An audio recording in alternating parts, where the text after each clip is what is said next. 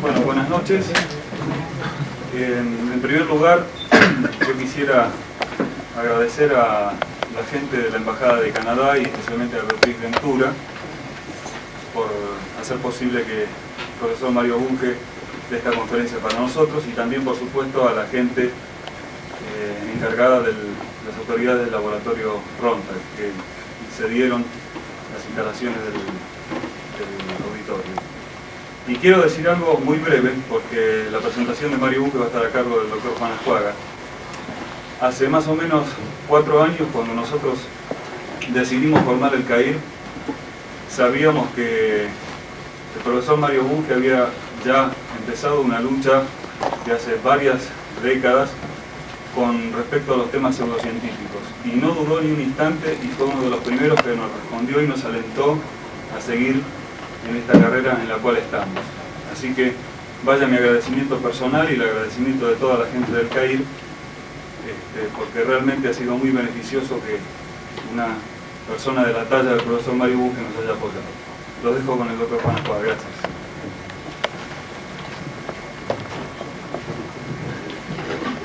Muy buenas noches.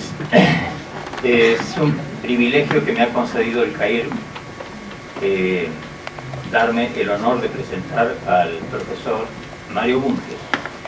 Y no voy a usar un estilo campanudo, pero quiero decir que sí es un honor, porque soy uno entre tantos argentinos admirador de la obra y del espíritu del profesor Bunge. ¿Por qué lo admiro? ¿Y por qué lo admiramos? Lo admiramos por su combatividad, lo admiramos por su fidelidad a los ideales que practica, lo admiramos por su laboriosidad, que ha dado tantos frutos intelectuales de gran valor para nosotros y también para las generaciones que siguen, sin ninguna duda. Lo admiramos por su combatividad, porque es un defensor del método científico y de la ciencia, aún en las condiciones que determinadas circunstancias hicieron difíciles, como por ejemplo en su polémica con Popper. Es interesante reparar en que hay muchísimas actividades humanas que se pueden hacer sin necesidad del método científico. Por ejemplo, los jóvenes pueden amarse sin necesidad del método científico. Y los viejos también.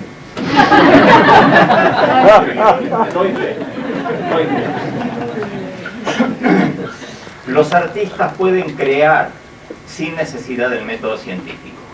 Entonces, realmente el método científico está ubicado en un campo muy especial de la actividad humana y no se requiere invocarlo necesariamente.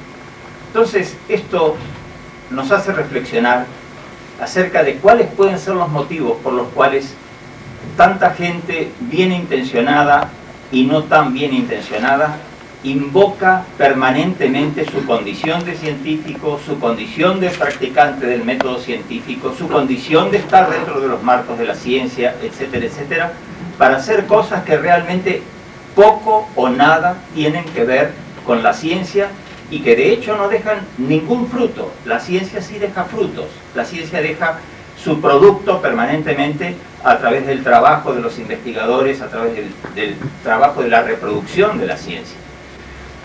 Estas actividades no dejan resultado. Entonces realmente caen en el campo de la superchería. Y repito, bien intencionados o mal intencionados, la invocación de algo que no se hace, eso es superchería. Y realmente batirse contra la gente que está en esa en esa situación, en esa condición categorial tan especial como la de los pseudocientíficos, no deja de ser un riesgo permanente. Y un riesgo porque es gente que no trepida también en utilizar recursos que pueden no ser muy idóneos, muy leales, ni muy frontales para combatir a quienes los denuncian. Por eso lo admiro al profesor Bunge, por eso admiro su obra, por eso trabajamos dentro de su obra y por eso también aliento y estimulo y admiro a mis amigos del CAIP. Doctor Bunge, bienvenido.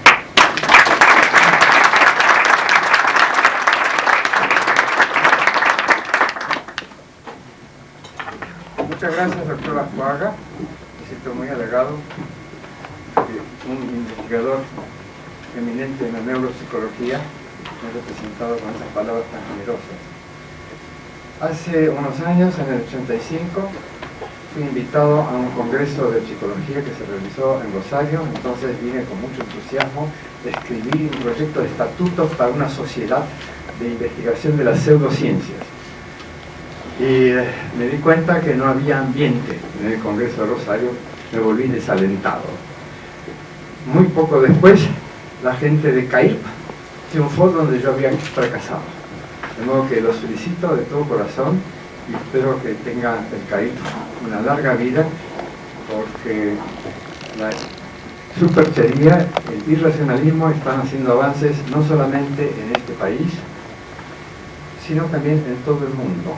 Estamos en una época de decadencia en algunos aspectos, así como en otras partes, en otros aspectos se está progresando enormemente, en particular en neurociencia, en neuropsicología, en biología, en matemática, en física, en química, etc. Pero están avanzando rápidamente supercherías de todo tipo. Es un fenómeno sociopsicológico muy interesante, muy poco estudiado. Hay que combatirlo, hay que seguir combatiéndolo, porque ese es el camino fácil, esa es la puerta ancha. Y por la puerta ancha pasan la gente perezosa, la gente que quiere llegar rápidamente sin trabajo. De modo que es bastante explicable que tenga tanto éxito.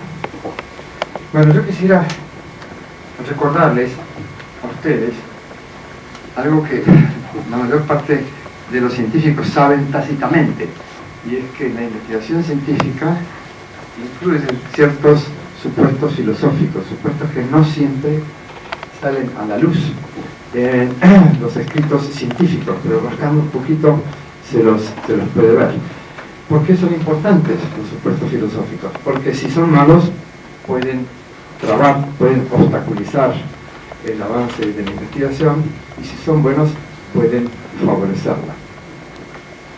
Entonces, la tesis es muy simple, a saber que la ciencia y la filosofía no son disyuntas como creían los positivistas y Will Popper, que buscaban siempre cuál es el criterio de demarcación, dónde está la frontera entre la ciencia y la filosofía. Mi tesis es que se superponen parcialmente, que dentro de la ciencia o de la investigación científica hay tesis filosóficas.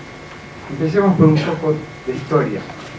Platón y los demás filósofos idealistas, al concebir las ideas como existentes por sí mismas, o sea, despegadas de la gente, condenaron tácitamente la posibilidad de hacer psicología científica. Por el mismo motivo, alentaron explícitamente el dualismo mente-cuerpo, que hasta nuestros días sigue siendo el principal obstáculo a la explicación neurofisiológica de la vida mental.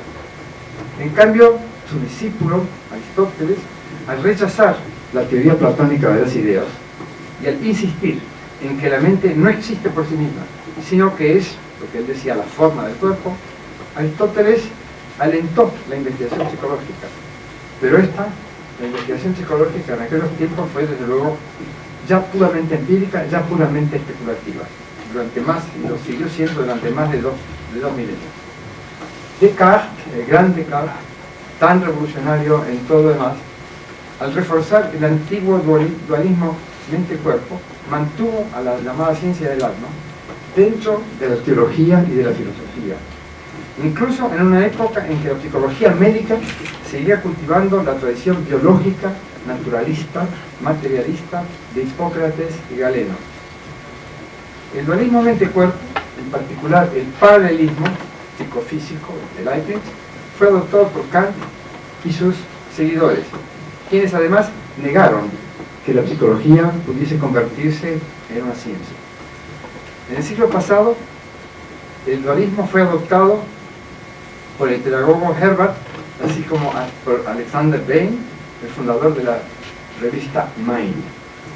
El dualismo mente-cuerpo fue conservado incluso por Wundt, fundador del primer laboratorio experimental, de psicología experimental, y fue adoptado por el famosísimo neurólogo Hugh Jackson, el modelo del joven Freud.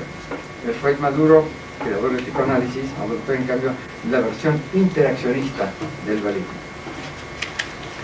Los filósofos materialistas del siglo de las luces, del siglo XVIII, en particular Diderot, Levessius, D'Holbach y Priestley, rescataron la tradición naturalista, pero algunos de ellos, en particular La Métrie, adoptaron una cruda versión mecanicista del materialismo que no reconocía la especificidad de lo mental. Tan es así que La Métrie consideraba al ser humano como una máquina. Esta visión mecanicista de la mente ha sido resucitada hoy día por la psicología informática, la psicología computacionalista, que se parece superficialmente al naturalismo o materialismo. Pero no es naturalista, porque los humanos, a diferencia de las máquinas, no hemos sido diseñados por nadie, no hemos sido diseñados con un propósito, sino que somos producto de una larga evolución natural y social. Nos desarrollamos en medio de la sociedad y nos caracterizamos por la espontaneidad y la creatividad. Todos concuerdan en que la psicología experimental nació a mediados del siglo pasado, con la psicofísica. Y todos sabemos que la investigación psicofísica pionera de Fechner fue motivada por su deseo de probar la tesis religiosa e idealista de la inmaterialidad del alma. Obviamente no la probó, aunque solo sea porque la psicofísica clásica no investiga los procesos mentales superiores ni escarba en el cerebro. Sin embargo, el caso de Fechner ejemplifica las tesis de que a veces incluso una motivación equivocada puede arrojar buenos resultados y que una filosofía explícita defectuosa puede coexistir en el mismo cerebro junto con una ciencia correcta. Otro episodio interesante y similar es la formación de la escuela de la Gestalt, psicología de la forma, a comienzos de nuestro siglo. La filosofía subyacente a la escuela de la Gestalt era imprecisa, globalista e intuicionista. Sin duda, el globalismo o holismo contiene un importante grado de verdad, a saber que algunas totalidades, algunos todos, poseen propiedades emergentes, propiedades de las que carecen sus componentes. Lamentablemente, el globalismo arruina esta tesis verdadera al acompañarla de los dogmas de que el todo siempre precede a sus partes y de que la emergencia es incomprensible con ayuda del análisis. Con todo, no puede negarse que los psicólogos de la forma abordaron problemas nuevos e interesantes y propusieron hipótesis importantes, aun cuando casi todas ellas han sido refutadas recientemente. En particular, sabemos hoy que el análisis sensorial precede a la síntesis perceptual. Otro ejemplo claro de interacción entre psicología y filosofía es el conductismo. En efecto, la filosofía inherente al conductismo es el positivismo clásico de Comte, Mill y Mach. El positivismo es fenomenista, es decir, se circunscribe a la descripción de las apariencias. Por consiguiente, el conductismo niega la existencia misma de procesos mentales, o al menos niega la posibilidad de estudiarlos científicamente, B, se rehúsa a aprender de la neurociencia, la que trata de cosas y procesos en su mayor parte invisibles al ojo desnudo. C, el conductismo desconfía de toda teoría, y D, se niega a explicar lo que observa. Por estos cuatro motivos, el conductismo es oscurantista, aun cuando critica el apriorismo y el idealismo. Sin embargo, estos defectos no les impidieron a Watson, Skinner y otros, no les impidieron hacer importantes descubrimientos en el campo de la memoria y del aprendizaje, así como mejorar el rigor en la experimentación psicológica e inaugurar la terapia del comportamiento, que aunque limitada, es exitosa. Los 3 casos que acabamos de examinar brevemente ilustran la tesis de que la investigación científica bien llevada puede superar la filosofía incorrecta que la ha animado. Los 2 casos que relataré a continuación ilustran la tesis de que una filosofía incorrecta puede extraviar al investigador más ducho. El primer caso es el de la investigación de procesos cognitivos con independencia de la motivación y de la emoción. Esta separación entre la inteligencia y la emoción es característica de la psicología cognitiva, en particular del informacionismo contemporáneo, de la llamada psicología computacionalista, que identifica el cerebro con una computadora. Evidentemente, esa separación es sugerida por el racionalismo radical, que supone que la razón es autosuficiente. La separación entre conocimiento y emoción es incorrecta. En efecto, los maestros de escuela han sabido siempre que el alumno no motivado no aprende. Y los psicólogos clínicos han descubierto trastornos cognitivos causados por alteraciones emocionales. Esto ha llevado a buscar conexiones anatómicas entre el órgano de la inteligencia, la corteza cerebral, y el órgano de la emoción, o sea, el sistema límbico. Por cierto, que se ha encontrado esas conexiones anatómicas. Más aún, se ha encontrado muy recientemente que las conexiones corticolímbicas mueren en los enfermos de Alzheimer, de demencia senil, quienes son incapaces de aprender. El segundo caso es la influencia que ha ejercido el asociacionismo de Hume y Mill sobre la neurociencia. El asociacionismo es una doctrina netamente empirista, según la cual todas las ideas simples o primarias derivan de los sentidos y las demás, las ideas complejas, son asociaciones o combinaciones de las primeras, de los átomos, como se les llama átomos mentales. Es obvio que esta doctrina es refutada por la existencia de conceptos de alto nivel, tales como el concepto matemático de funciones y el concepto físico de alto. Pero el hecho es que el asociacionismo ha sugerido a los neurocientíficos la existencia del área asociativa de la corteza, la que sería el órgano de la asociación de ideas. Durante años nadie dudó de la existencia de esta área, el área asociativa, pero todas las tentativas por localizarla han fracasado hasta ahora. Hoy día se la ubica en la clase de las ideas fracasadas, junto con el flogisto, el éster, el impulso vital y el alma. A propósito, esto lo he aprendido de un distinguido neurocientífico argentino, expatriado, mi amigo el doctor Bernardo Dubrowski, amigo también del doctor Ajuaga y del doctor Álvarez. Examinemos ahora el caso de la psicología informacionista, según la cual los procesos mentales no son sino procesos de transmisión o elaboración de información, en particular cómputos conformes a algoritmos. Este es un caso más complejo que los anteriores, porque muchos creen que la filosofía subyacente al informacionismo es materialista, y ello simplemente porque equipara los cerebros a los ordenadores, las computadoras. Esta expresión es equivocada, porque los informacionistas insisten en la neutralidad de la información respecto a la materia de que está compuesto el procesador de información, o sea, cerebro, máquina o incluso fantasma. La separación entre ferretería, hardware, y programa, software, es un ejemplo de dualismo. Componente el dualismo de todas las filosofías antinaturalistas y anticientíficas.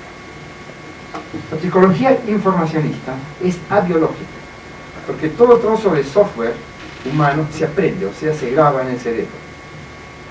La única manera de borrar permanentemente del cerebro un conocimiento es eliminando quirúrgicamente la parte en que está grabado.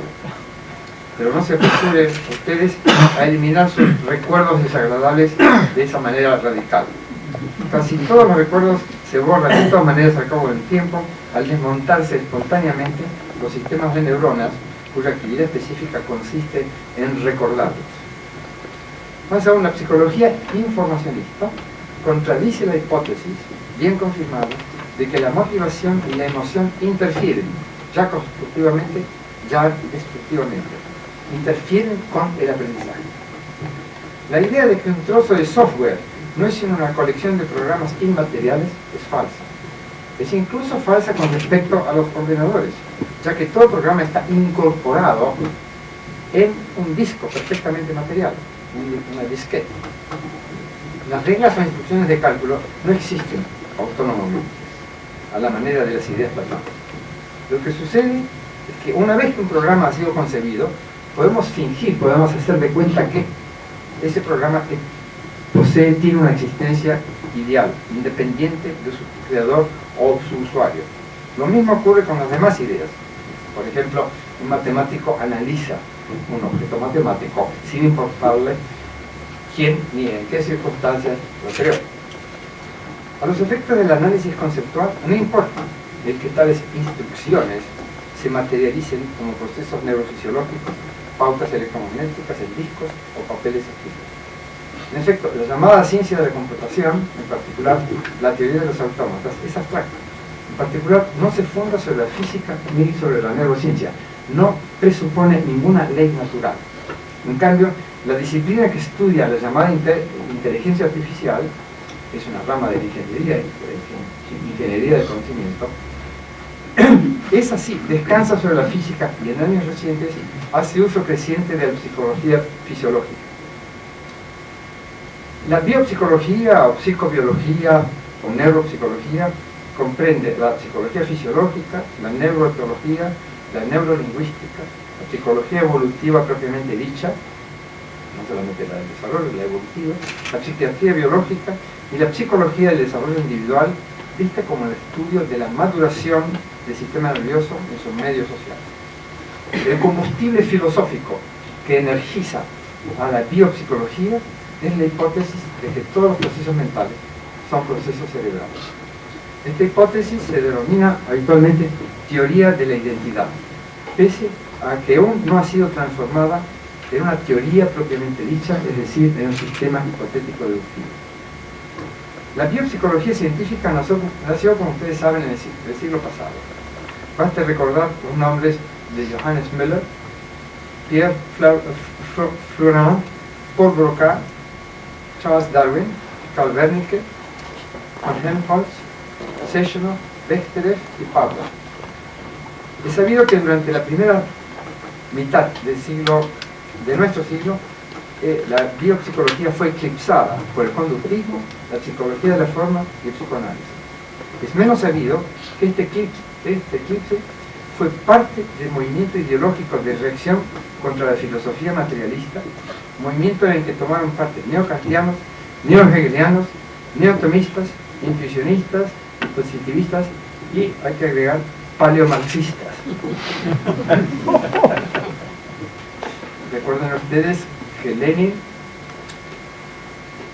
entre otros, Lenin criticó la teoría de la identidad.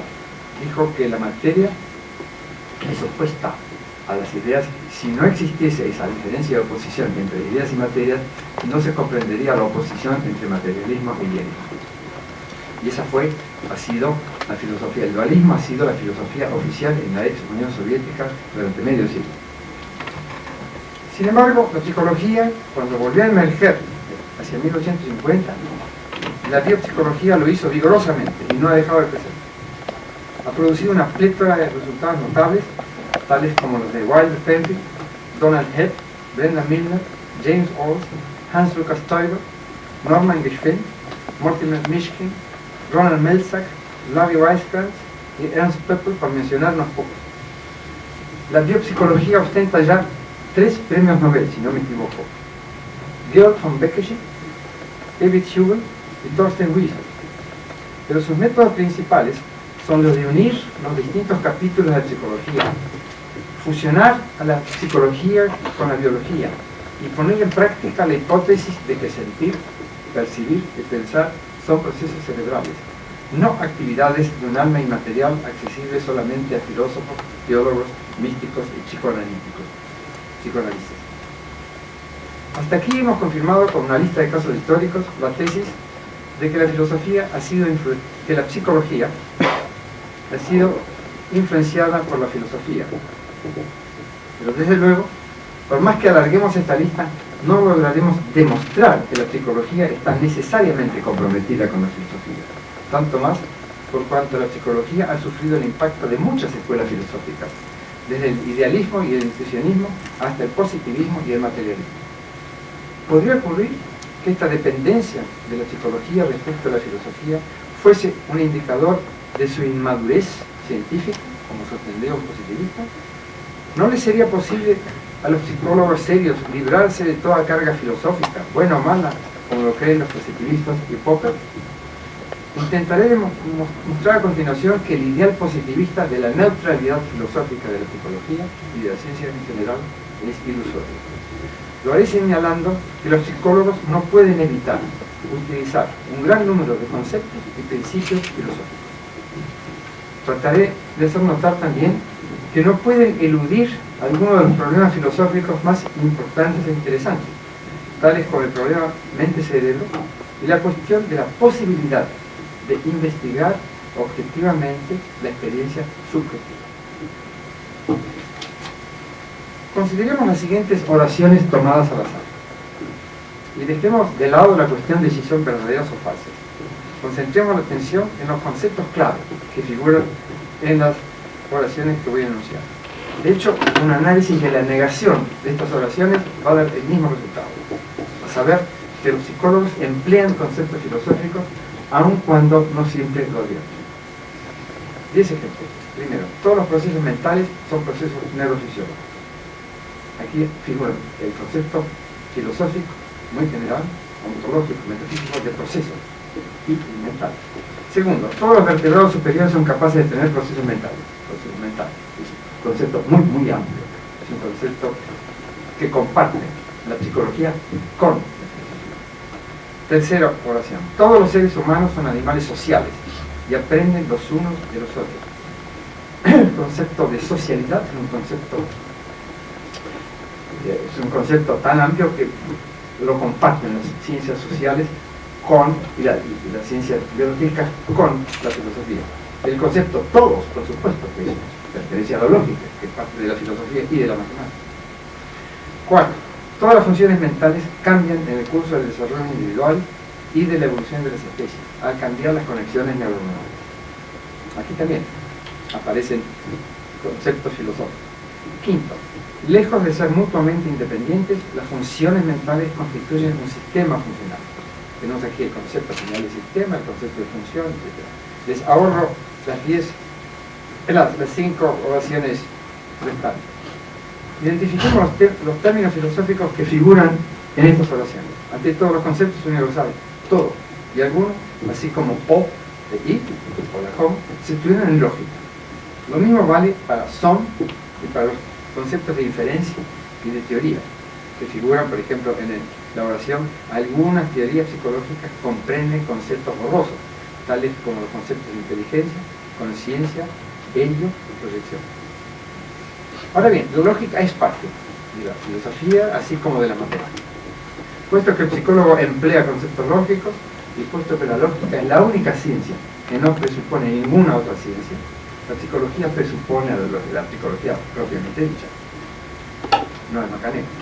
Esto no implica que todos los psicólogos siempre razonen correctamente o que hagan uso explícito de la lógica. La mayor parte de ellos no. Solo sugiere que si se desea evitar errores lógicos y si se desea efectuar análisis lógicos correctos, deberían prestar alguna atención a la lógica.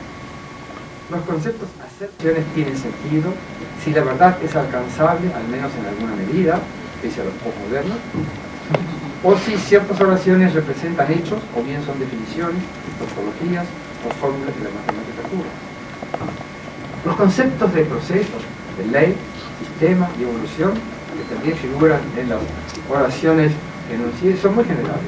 No son de propiedad exclusiva de alguna ciencia especial. Otro tanto ocurre con los conceptos de espacio y de tiempo, de causalidad, de azar, de vida y de mente, de comportamiento y de sociedad. Estos y muchos otros conceptos los comparten la ciencia y la filosofía y se pueden analizar a la luz de ciertas ideas filosóficas. Naturalmente, el psicólogo no tiene por qué convertirse en filósofo profesional. Sin embargo, no le vendrá mal estudiar un poco de filosofía para saber, justamente para estar alerta a los posibles errores filosóficos que pueda cometer.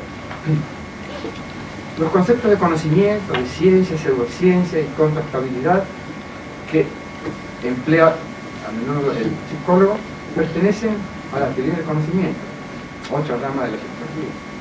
Lo mismo vale acerca de los conceptos de hipótesis, confirmación, error, inducción, racionalidad y límites del conocimiento. Puesto que tanto los psicólogos como los filósofos se interesan por el conocimiento, sería deseable que trabajen conocimiento entre sí, psicólogos y filósofos. En particular, podría ocurrir que los psicólogos encontrasen interesante o irritante leer lo que han escrito los epistemólogos acerca del alcance de la inducción y la función de la deducción. Seguramente que les irritará. Pero en todo caso, sabemos que la psicología del conocimiento y la psicología de la inteligencia se están ocupando de modo creciente de estos procesos mentales. Finalmente, los conceptos de valor y norma o reglas, que figuran también en algunas oraciones que pueden formular los psicólogos. Por ejemplo, el comportamiento humano satisface no solo leyes naturales, sino también ciertas normas o convenciones morales o legales, y actualiza ciertos valores. Esos conceptos de valor y de norma también son analizados por los filósofos. Son conceptos problemáticos que exigen reflexión metódica. Creo haber probado entonces la tesis de que la psicología y la filosofía comparten algunos conceptos que por añadidura son importantes y son estudiados especialmente por ellos. A continuación mostraré que la psicología y la filosofía también comparten algunos principios, no solamente algunos conceptos, sino también algunas proposiciones básicas.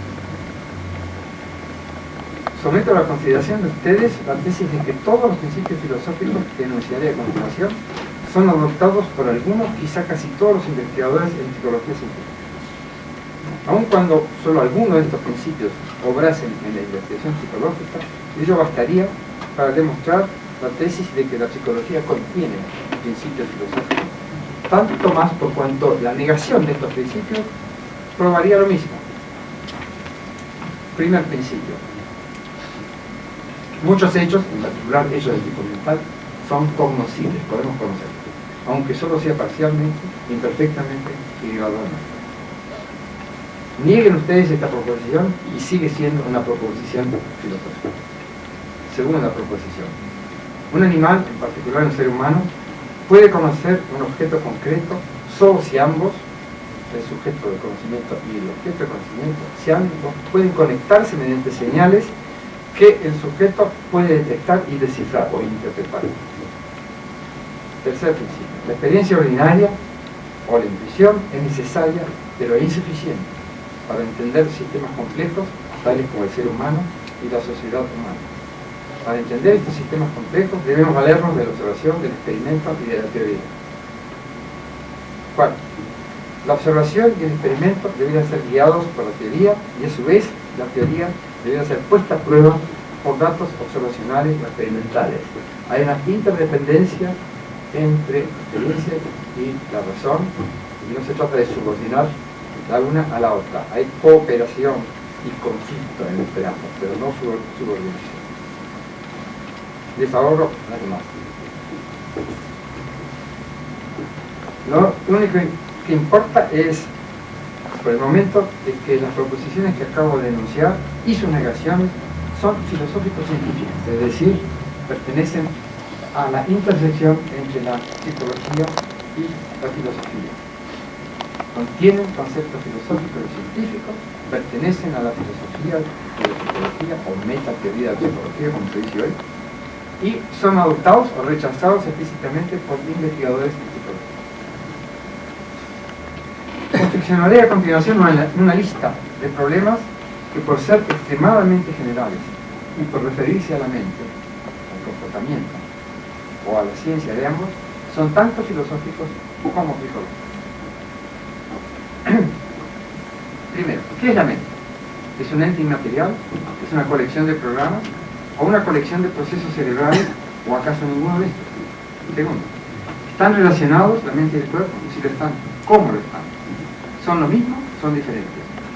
Si son lo mismo, ¿cómo se explica el que los describamos con ayuda de predicados tan diferentes? Si no lo son, ¿son cosas o la una es función del otro, al modo en que la digestión es función del aparato digestivo? 3. ¿Puede la mente dominar o controlar al cuerpo? Sí. ¿Cuál es el mecanismo del cuerpo? 4. ¿Hay fenómenos psicosomáticos? Si los hay. ¿Son ejemplos de la misteriosa acción del alma inmaterial sobre el cuerpo? ¿O pueden explicarse, al menos en principio, como procesos neuroendocrino-inmunes? 5. La emoción, el conocimiento, en particular la percepción y el aprendizaje, la voluntad y la acción, ¿son mutuamente independientes o interactúan? Si interactúan, ¿cómo interactúan? Estos problemas, y muchos otros, están situados nuevamente en la intersección de la psicología con la filosofía.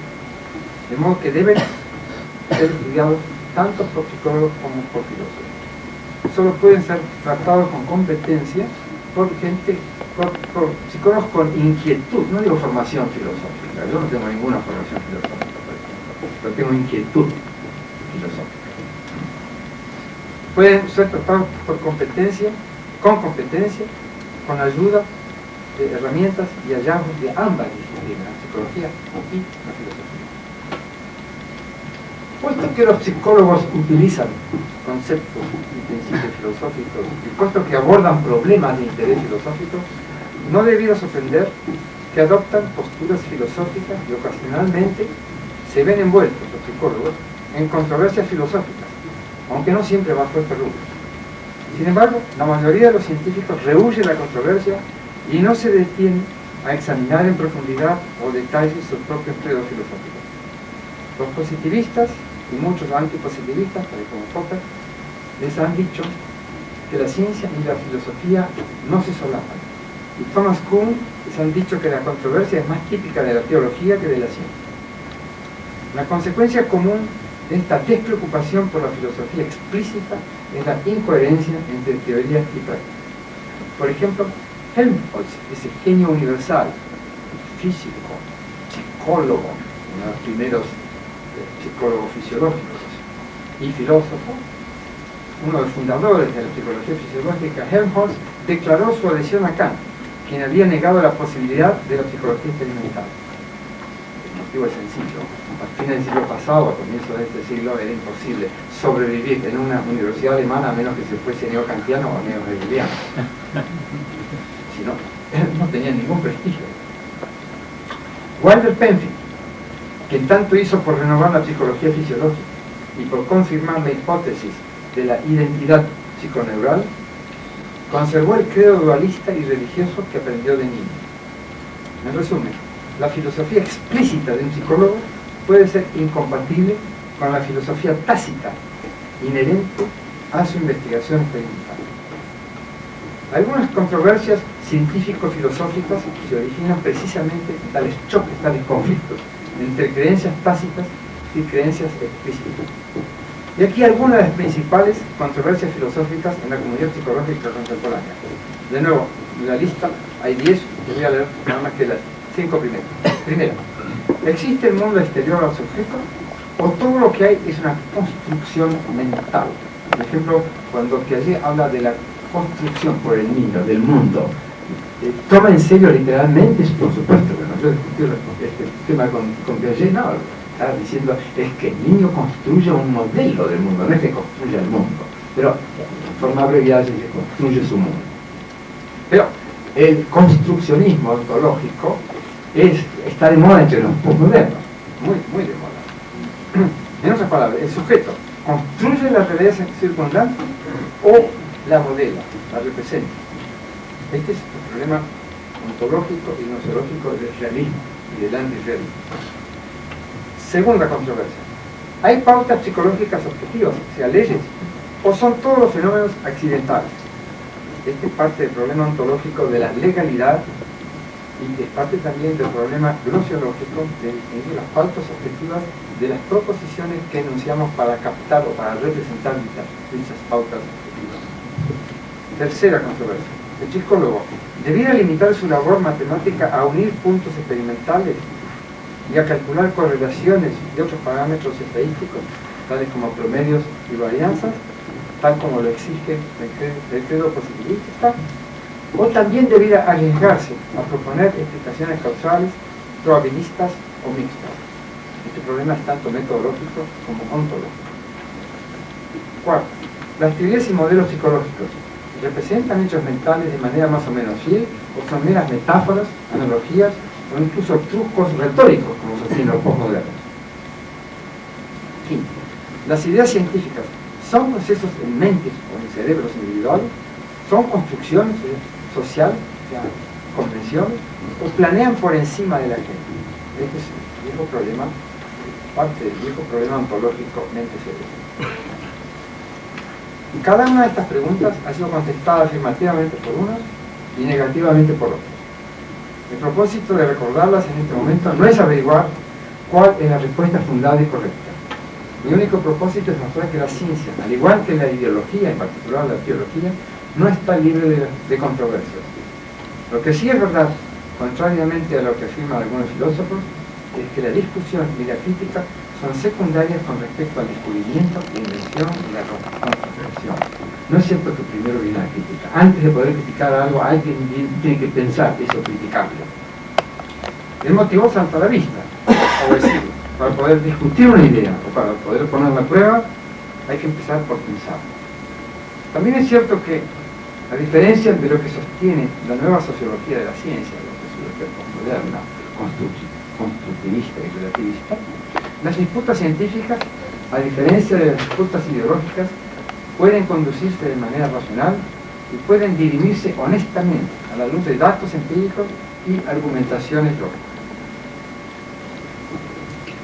Afirmar que la psicología y la filosofía se solapan parcialmente equivale a decir que son mutuamente pertinentes. En particular, la investigación seria en la filosofía de la mente, programa de ontología, y en la filosofía de la psicología, capítulo de la epistemología, la investigación seria en estos dominios requiere algún conocimiento de la psicología científica contemporánea.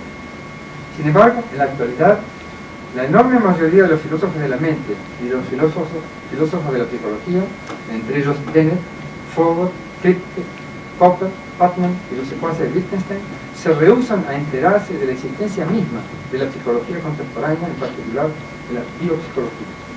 Imitan así a los escolásticos que se negaban a mirar por el telescopio de Galileo. Hacen gala de ignorancia voluntaria y de arrogancia intelectual. Todos somos involuntariamente ignorantes, pero lo que irrita es la ignorancia voluntaria. Para una persona con orientación científica, esta actitud anticientífica es intelectualmente irresponsable y estéril, cuando no enemiga del progreso. Con todo, comenzará a poner a prueba esta opinión, echando un vistazo a una muestra de problemas filosófico-psicológicos. No solo de ideas vive el hombre. El cerebro consume 25% de la energía que se insume, ¿verdad? En algunos casos solamente. Ah, bueno.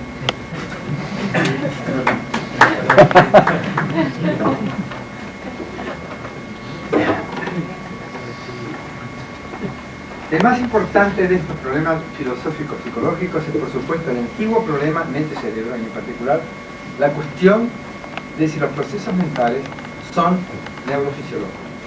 Los tradicionalistas sostienen a priori que tal reducción o identificación de procesos mentales con procesos fisiológicos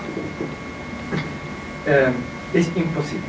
Y lo sostienen simplemente porque la descripción de los fenómenos mentales en lenguaje ordinario no contiene predicados neurofisiológicos. Pero pasan por alto los datos suministrados por la psicología fisiológica, la neurolingüística y la neurología. Por añadidura, los críticos de la hipótesis de la identidad psiconeural no analizan el concepto de reducción o lo analizan mal.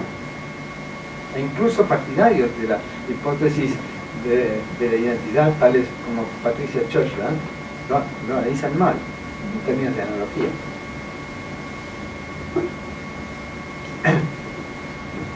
En particular, no advierten que hay reducciones de dos tipos, ontológica y gnosiológica. Una cosa es decir que un proceso mental es idéntico a un proceso neurofisiológico. Otra cosa es decir que M se explica por N. Es decir, que los procesos mentales se explican como o por procesos neurofisiológicos. Ejemplo de la primera reducción. La memoria es un engrama y el olvido es la destrucción de un engrama. Esa es una identidad. Ejemplo de la segunda reducción. Las deficiencias motrices y cognitivas que sufre el paciente se deben a que sufrió un derrame cerebral. Sin embargo, la tesis ontológica de la reducibilidad de lo mental a lo neurofisiológico es inherente a la totalidad de la biopsicología. Más aún, puede mostrarse que tal reducibilidad ontológica es perfectamente compatible con la tesis de que la psicología no es totalmente reducible a la neurofisiología. Esto se debe a lo siguiente. Primero, los procesos neurales son influidos por circunstancias sociales. No son procesos sociales, pero sí son influidos por el ambiente social. Segundo, la psicología emplea conceptos, hipótesis y técnicas propias que van más allá de la biología. En resumen, toda la discusión seria del problema mente y cerebro exige tanto alguna familiaridad con la psicología fisiológica contemporánea como con algunos conceptos técnicos de la filosofía moderna. Otro viejo problema filosófico psicológico es el de la intimidad de la experiencia subjetiva. Hasta hace unos años, la única manera de averiguar qué pasaba por la cabeza de un sujeto era preguntándole. Pero este procedimiento no es confiable, debido a la posibilidad de engaños, en particular de autoengaños. Además, es un procedimiento incompleto, porque se limita a procesos conscientes que ocurren durante la vigilia. Los indicadores fisiológicos de actividad mental, en particular las técnicas de visualización imaging de la actividad cerebral, inventados en el curso de los últimos 15 años, han dado acceso público, crecientemente amplio y profundo, acceso público a procesos cognitivos y afectivos que otrora se creían fuera del alcance experimental, se creen totalmente privados. Por ejemplo, ahora podemos ver en una pantalla si un sujeto está mirando o imaginando, calculando o tomando una decisión. Y no hay argumento filosófico válido contra la posibilidad de mejorar tales técnicas, al punto de que algún día sea posible leer en una pantalla las emociones, las imágenes, los sueños y los pensamientos más íntimos de la persona. En una palabra, la subjetividad se ha tornado tema de investigación objetiva.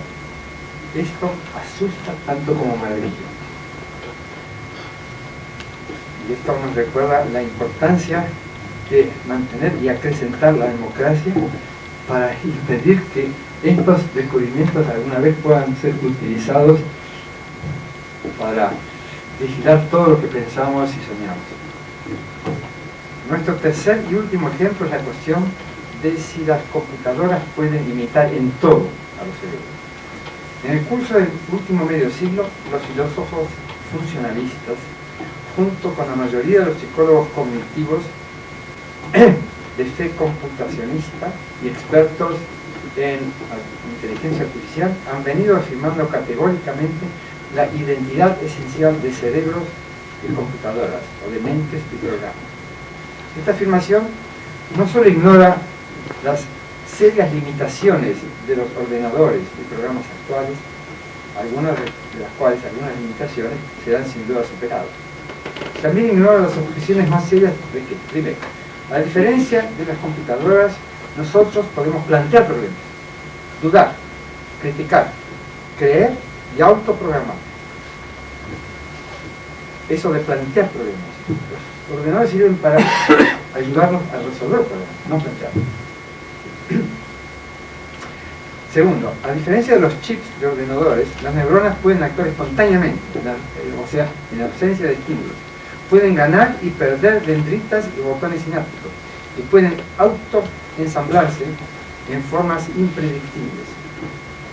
Tercero, muchos procesos mentales, quizá la mayoría, no son combinatorios ni algorítmicos.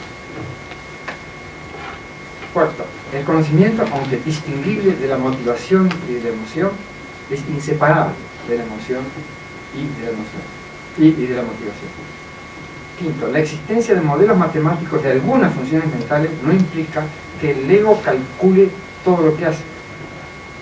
Por ejemplo, los computacionalistas dicen, la mosca calcula el salto que va a dar. ¿Qué va a calcular la mosca? Paralelo, las ondas electromagnéticas se propagan conforme a las ecuaciones de Maxwell, pero no las manejan. Las ondas mismas no integran las ecuaciones de Maxwell. No tienen la menor idea ni de esas ecuaciones ni de ninguna otra cosa. Los planetas no tienen la menor idea acerca de la astronomía planetaria y sin embargo se mueven conforme a su criterio. Pero no van integrando las ecuaciones de movimiento a medida que se mueven.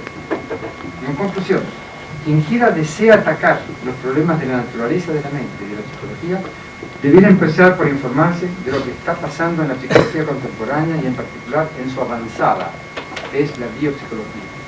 No hacerlo es dar muestras de conservadurismo e incluso de deshonestidad intelectual. Además, es una pérdida de tiempo. Concluyo porque hace mucho calor. Hemos mostrado que la psicología y la filosofía comparten algunos conceptos, principios y problemas. También creo haber mostrado que la psicología contemporánea está siendo sacudida por ciertas controversias científico-filosóficas, o sea, que interesan a ambas disciplinas. De esta manera, creo haber demostrado la tesis de que la psicología y la filosofía no son independientes entre sí. En otras palabras, se superponen parcialmente. Si se solapan, no están divididas por una frontera. Puesto que la psicología es una ciencia, se sigue en general que no hay frontera entre la psicología, entre la ciencia y la filosofía. Si no hay frontera, no vale la pena buscarla.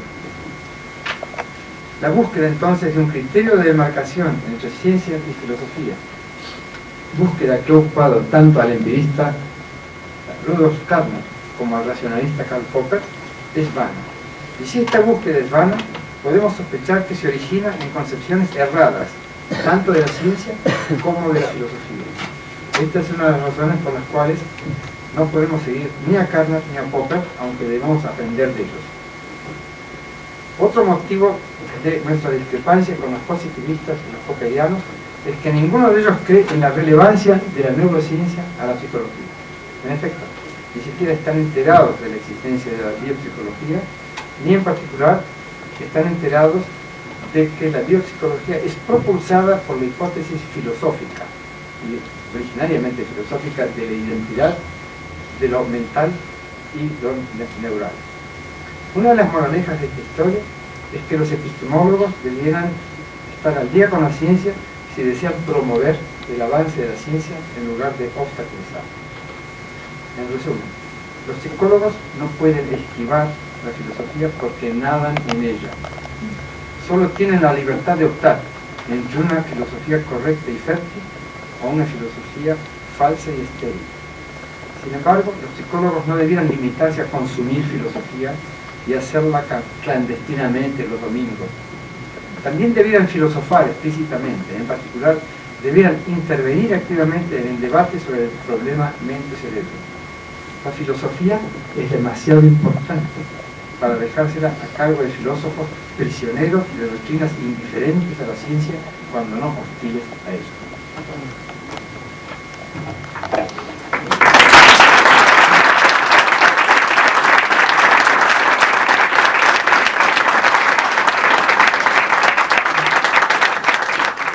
Interesante que se plantearan.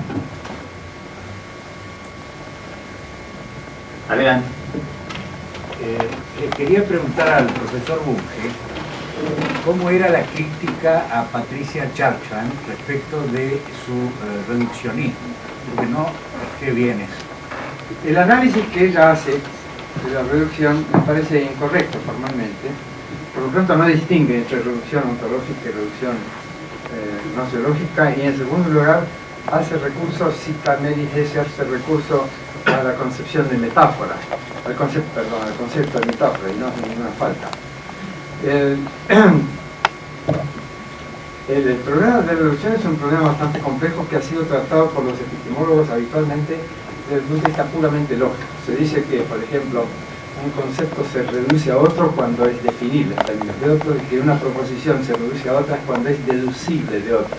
Esto es correcto, pero no es suficiente. Tenemos que tener en cuenta también el contenido de todo eso, el aspecto ontológico, digamos. Este es un problema un poco difícil, un poco técnico, que nos llevaría bastante investigar. Me remito a mi libro, Filosofía, junto con Ardila, Filosofía de la Filosofía, más mi tratado de filosofía básica, el tomo 7º, parte segunda.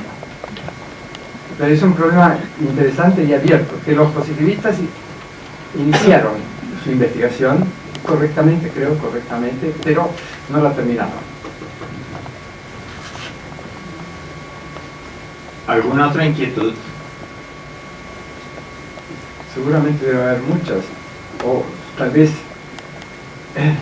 el haber leído psicológicamente fue un error, desde luego, leer este paper. Entre la lectura y el calor, muchos deben haberse dormido. Sí, adelante. Una pregunta sobre su opinión sobre John Searle.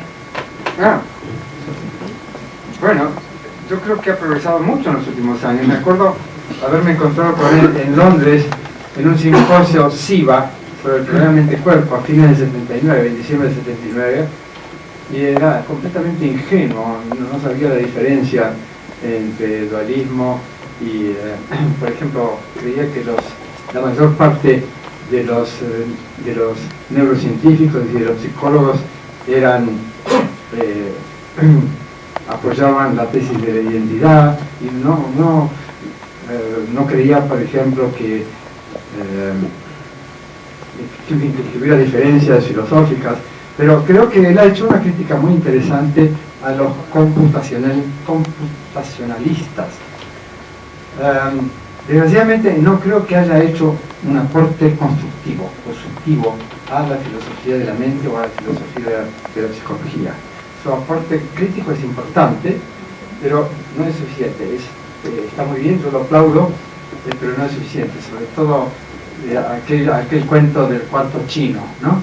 Me parece que está muy bien, pero es una linda anécdota y sirve para ilustrar la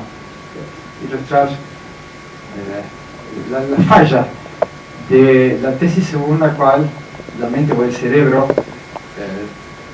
computan más o menos ciegamente, o computan lo que están haciendo, ¿no? Le preguntaba porque ahora acompaña eso con una posición hermenéutica en la que sostiene que ciencias naturales no tienen nada que ver con las sociales y que... Sí, claro, él tuvo una mala formación, se formó bajo la influencia de John Austin, quien a su vez seguía a Wittgenstein, y Wittgenstein, como sabemos, sostenía, entre otras cosas, que es un error gravísimo pensar que se piensa con el cerebro. Lo dijo explícitamente Wittgenstein, que el cerebro, la mente no tiene nada que ver con el cerebro. Entonces, la crítica que él hace al computacionalismo es una crítica proveniente de la derecha, parecida a la crítica de Dreyfus, ¿cierto? A la crítica de Herbert Dreyfus, que viene del lado del existencialismo. Entonces, se puede criticar una tesis, sea de la izquierda o del partido progresista, digamos, porque ya hoy la izquierda no siempre es progresista, pero en todo caso, desde el punto de vista progresista o desde un punto de vista plantista. Sí, adelante. Yo no me animaba a preguntar porque dijo tomates maduros, nomás yo soy un estudiante. No importa, los estudiantes son los que formulan las preguntas más interesantes porque no tienen inhibiciones, están empezando en su carrera. Formación no estoy, estoy hace años con psicoanálisis 6 años. Ay, qué barbaridad. Con Lacan y psicoanálisis. Bueno, en un momento la señora Lorenza Arnay nos acercó sus textos y me resultaron muy divertidos e interesantes y me aportaron mucho. Yo tengo muy poco conocimiento, voy a ser muy grosero para preguntar. Primero quiero pedirle permiso. Pero por favor, adelante. Soy un tomate verde, No. pero siempre desconfío del psicoanálisis. Ok, muy bien. Y lo entiendo también, lo comprendo porque... Así, ¿usted comprende a Lacan? Sí, lo comprendo como escritor. Ah, Como escritor. aún así. Yo tenía 3 preguntas de estudiantes. Sí, a ver, adelante. Por ahí me puedo equivocar en los No, términos. el prefacio ya está. Tener falacias epistemológicas, porque Ray nos enseñó que hay que hablar correctamente y me falta. A ver, las preguntas. Bueno, usted dijo que la contrastación está sobre la discusión. ¿Para qué? La contrastación está sobre la discusión, acá dijo. La contrastación debe darse primacía a la contrastación sobre la discusión. No, he dicho que antes de contrastar o discutir una teoría hay que formularla. Nada más que eso. Es decir, que es previa históricamente en el tiempo, hay que enunciar una idea, una hipótesis, una teoría, antes de analizarla o discutirla, criticarla, etc. Nada más que eso. Es una crítica velada a Popper, según quien la crítica es el motor, el único motor de la ciencia. Claro, porque la pregunta que yo quería hacer era lo siguiente. Yo leí un reportaje que espero que haya sido fidedigno, que usted dijo que epistemología debía darse en todas las carreras científicas, pero acompañada de una ética.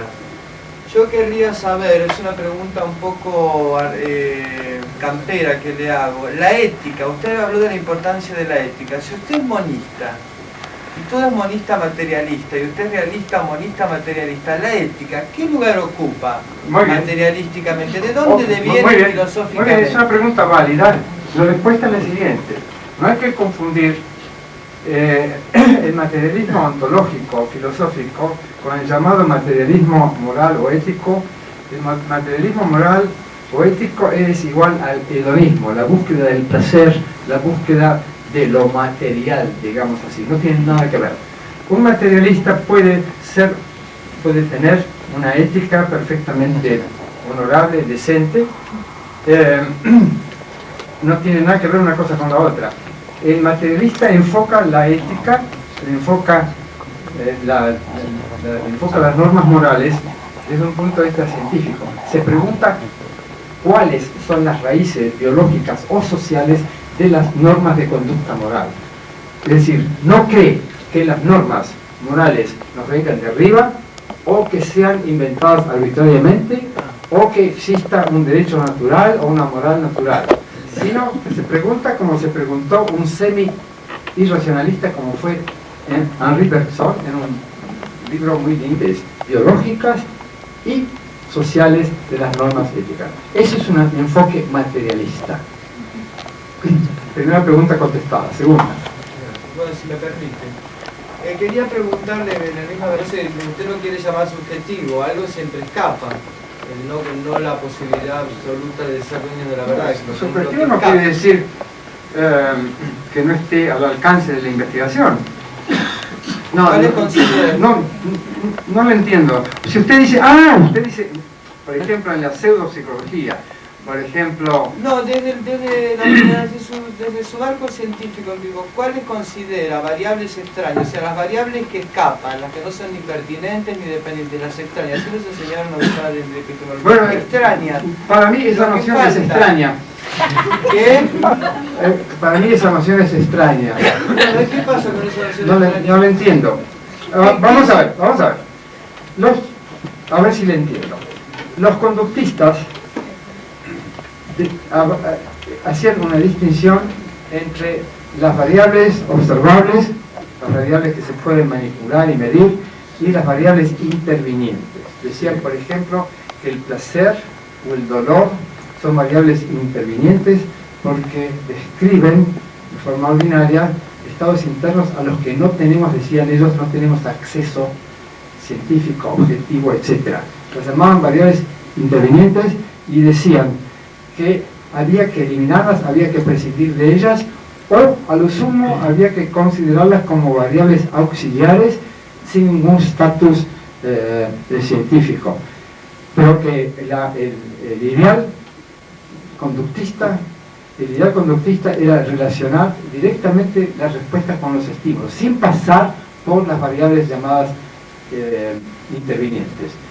Si las variables intervinientes son las que usted llama extrañas, entonces está bien, no me extraña y ya está explicado. Para terminar, sí. Pues se la voy a plantear de otra manera. No, la tercera pregunta. Sí, la tercera pregunta es la misma, yo se la voy a plantear de otra manera con su lenguaje. Tenemos que... usted dijo a ver, que adelante. lenguaje del otro, que eso es... Adelante. Voy a ver si puedo. Yo le repito que voy a Adelante, hacer ¿cuál es la pregunta? sinceridad. El realismo materialista emergentista.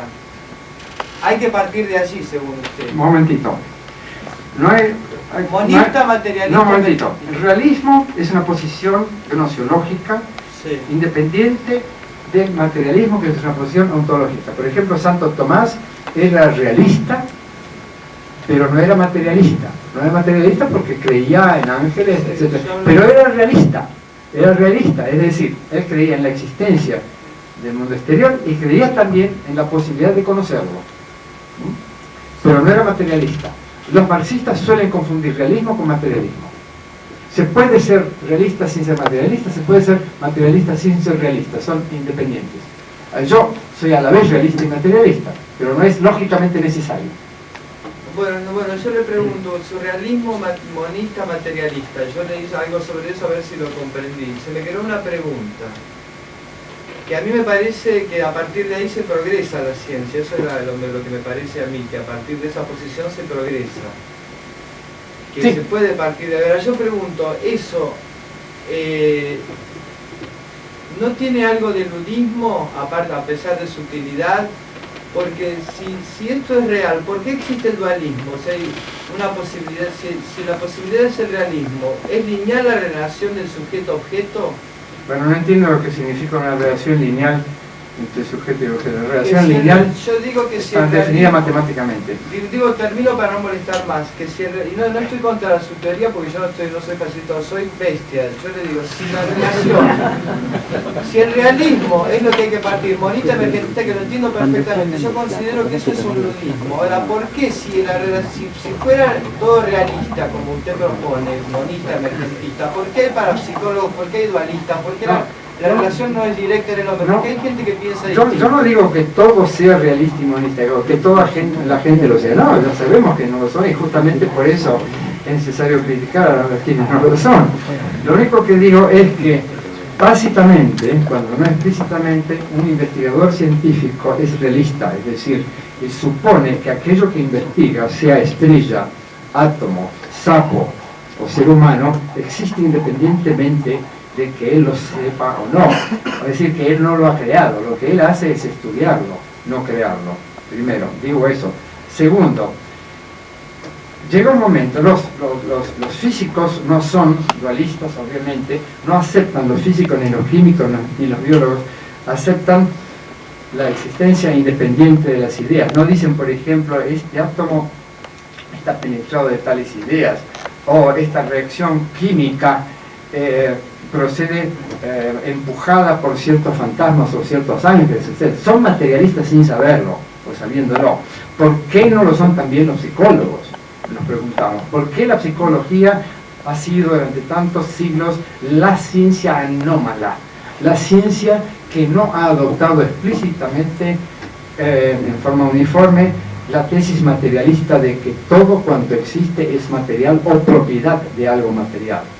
Entonces, de ninguna manera es el realismo lúdico, como dice usted, no es cuestión de juegos, de jueguitos, es un supuesto, un presupuesto de la investigación científica. Si usted va a investigar una estrella, es que está suponiendo que la estrella existe, de lo contrario usted no la investigaría, sino que le haría un poema, o usted se encerraría en su laboratorio e incluso sugeriría que se destruyesen todos los observatorios astronómicos. Usted no es a priorista cuando hace astronomía, cuando hace química, etc. ¿Por qué se permite a ciertos pseudopsicólogos ser a prioristas? ¿Por qué se les permite que no tengan en cuenta los resultados de la investigación experimental? Bueno, es una anomalía. ¿De dónde viene esa anomalía?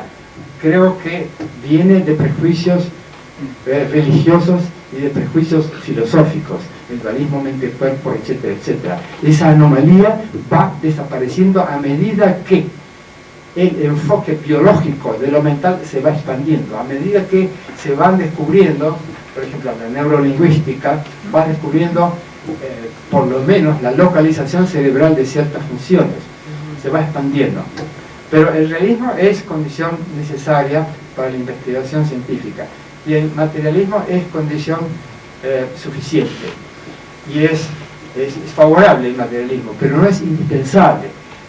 Empecé por recordar el ejemplo de Fechner, fundador de la psicofísica, y sin embargo su objetivo era demostrar la existencia del alma inmaterial. Perdón. Gracias, señor. Quería hacer una pregunta. El hecho de que la psicología haya sido la ciencia anómala por excelencia, ¿se puede deber a que el objeto de estudio es más complejo o que el hombre no puede concebir ser objeto de estudio como un átomo es objeto de estudio de la física o los procesos? Nosotros no sabemos cuán compleja es nuestra vida mental porque sabemos muy poco acerca de ella. Fíjese usted la complejidad de cualquier teoría atómica. Son complejísimas. Cualquier teoría acerca de los electrones o los fotones es infinitamente más compleja que cualquier teoría filosófica, cualquier teoría psicológica. Eso solamente muestra una cosa. Muestra que la psicología está atrasada respecto a la física. Claro, ¿y por qué se atrasa? ¿Por qué el atraso? El atraso, bueno, yo acabo de sugerirlo. Creo que el motivo principal del atraso es el prejuicio teológico y el prejuicio filosófico. Fíjese usted que los físicos no han tenido la ventaja que han tenido los psicólogos. Los físicos no tienen insight knowledge, no pueden sentir ni percibir qué es lo que hacen los átomos y los núcleos atómicos y las moléculas y las estrellas lejanas y el interior de las estrellas, y sin embargo han descubierto bastantes cosas, ¿no? Claro. Nosotros tenemos la enorme ventaja de tener acceso directo a muchos de nuestros procesos, por lo menos aquellos conscientes, los procesos conscientes. Tenemos esa enorme ventaja, y eso ha sido tal vez también un obstáculo, porque creíamos conocerlo. Al poder describirlos en lenguaje ordinario, sí, ya lo conozco. Entonces cualquier filósofo empezaba a hacer un poco de introspección y a escribir psicologías filosóficas, ¿no es cierto? Ha sido, por ejemplo, digamos, en la vida diaria, si tenemos familiaridad con una persona, no necesitamos investigarla, no necesitamos ponerla bajo el microscopio. Sabemos más o menos cómo se comporta, podemos incluso predecir cómo se comportaría ante ciertas circunstancias, y la conocemos razonablemente bien. Y entonces ya con eso nos basta hasta el momento en que esa persona sufre un percance mental, hasta que tiene una depresión, una esquizofrenia, hasta que tiene un derrame cerebral. En ese caso recurrimos al experto, y el experto dice, hay que abrirle la tapa de los sesos y hacerle eso y aquello, ¿no es cierto? Entonces ya hay que ir más allá de las apariencias, hay que tratar de encontrar el mecanismo que se descompuso, ¿eh? Hay que recurrir al doctor Ajuaga o al doctor Penfield y abrirle la tapa de los sesos, ¿no? Una pregunta, por favor. Sí.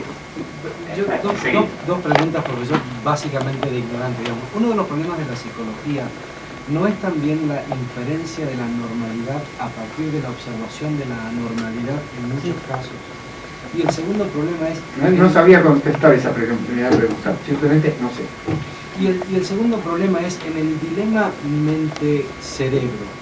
¿No existe el problema de la no posibilidad de observación de una de las partes en independencia de la otra? No, porque fíjese usted que uno no se auto-observa, uno es observado por el experimentador. Es correcto, pero ¿en qué circunstancia podríamos observar la mente y no el cerebro? No, claro, la mente independientemente del cerebro no se puede observar porque no existe. Es como observar la respiración independientemente de los pulmones, o la digestión independientemente del sistema digestivo, o como observar la circulación de la sangre sin el aparato cardiovascular, porque una es función del otro. Y en ese caso el dilema no sería inexistente. No, bueno, lo que pasa es justamente, el dilema lo crearon los dualistas al separar la función del órgano. Separación que criticó Aristóteles hace 2300 años, cuando dice, no se puede hablar de movimiento sin un cuerpo, algo que se mueva. Lo mismo, y es era una crítica velada a la teoría de las ideas de Platón. No se puede hablar de la mente sin hablar del cuerpo que menta. Eso. Lo más interesante es que Santo Tomás también sostiene lo mismo. Sí, por supuesto. A mí mis amigos tomistas me han dicho, pero no estás tan lejos de Santo Tomás. Te separa, como me dijo un filósofo miembro del Opus Dei, pues hombre, Él dice, por supuesto que estamos totalmente de acuerdo en cuestiones museológicas, lo que pasa es que usted es claro, materialista, y los materialismos no podemos, por razones obvias, no podemos aceptarlo, ¿no? Entonces, pero también es cierto lo que usted acaba de decir, es importante, y es que los tomistas los neotomistas no han sido fieles a Santo Tomás, porque los neotomistas han subrayado el dualismo mente-cuerpo que Santo Tomás no abrazaba, porque Santo Tomás era un buen aristotélico. Porque además el otro problema está en la concepción de la materia de una forma exclusivamente material, que es lo que no hace Santo Tomás. Claro. Santo Tomás nunca duda de que hay materia. Sí, no, Lo que sostiene es que la materia no es exclusivamente. Por supuesto, sí, sí. Sí, a ver. ¿En qué otro campo de la ciencia que no sea la psicología se solapa la ciencia con la filosofía? En todos, absolutamente en todos. Pregunte usted, por ejemplo, En física. claro, en física. La física utiliza los conceptos de espacio, de tiempo, de causalidad, ya sabes que son conceptos universales que aparecen en todas las ciencias e incluso incluso en el conocimiento ordinario. También se presentan ahí problemas tales como el problema de la acción, la posible acción del observador sobre el objeto observado, etc. El problema de la objetividad, por ejemplo, el viejo problema de la interpretación del formalismo matemático de la mecánica cuántica. La interpretación positivista dice que nada ocurre a nivel atómico que no haya sido provocado por algún experimentador. Es semisubjetivista. Dice, no existen de por sí los procesos atómicos. Entonces niega la existencia, tácitamente la existencia de procesos atómicos en el Sol, ¿no? Nadie puede observarlos, menos aún provocarlos, ¿no es cierto? Entonces, esa vieja polémica es una polémica filosófica. Ahí aparecen los conceptos filosóficos de observador, de ente observado, de objeto, naturalmente del tiempo, de espacio, etc., ¿no? Y puesto que la química a su vez utiliza casi todos los conceptos de la física, no todas las teorías, pero los conceptos de la física, la química también hereda esa carga filosófica de la física. La única ciencia que no hace supuestos ontológicos es la matemática. Es la única. ¿Por qué? Por un motivo muy sencillo, porque la matemática no estudia el mundo exterior, no estudia la realidad, estudia objetos concretos, hace de cuenta el matemático que esos objetos abstractos, dice concretos, no quise decir abstractos, eso hacen de cuenta que existen independientemente de todo sujeto que los construya. Es decir, en matemática se puede ser platónico, es permisible, es perdonable ser platónico. En física, en psicología no. ¿Más preguntas? Sí, adelante. ¿Usted piensa que tiene resolución el problema mente-cerebro? Yo parto de lo siguiente, supongamos que en 50 años toda la evidencia apunta al monismo, pero siempre un dualista puede decir que la mente inmaterial se disimula porque reproduce los efectos como si los hubiera hecho el cerebro, digamos, ¿no? Bueno, pero digamos, hay dos objeciones a esa tesis. La primera es de carácter puramente experimental, mostrarle cuáles son los logros de la psicología biológica, de la neuropsicología, en los últimos años, logros que no se habrían logrado, a menos que se hubiese supuesto tácita o explícitamente la identidad de lo mental con lo neural.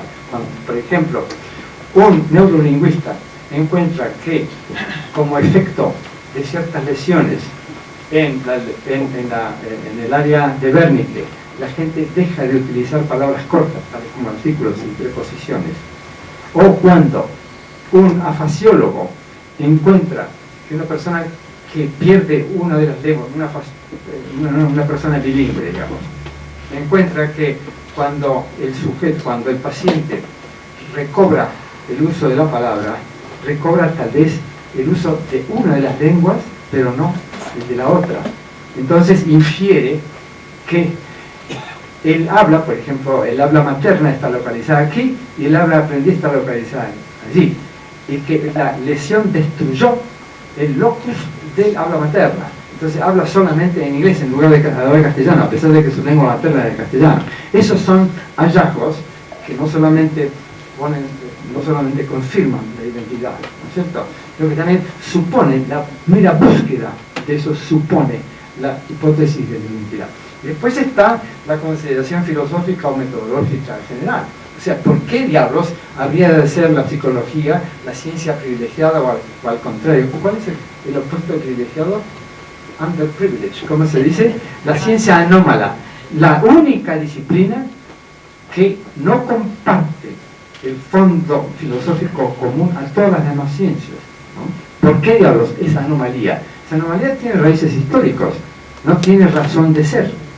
Ha sido un obstáculo al avance de la psicología. Y los obstáculos hay que quitarlos, hay que darle alguna chance a la psicología biológica, y esa chance no siempre se le da. Tenga usted en cuenta que los psicólogos biológicos son una pequeña minoría. Pero Juan, ¿cuántos serán? ¿El 1%? ¿El 2%?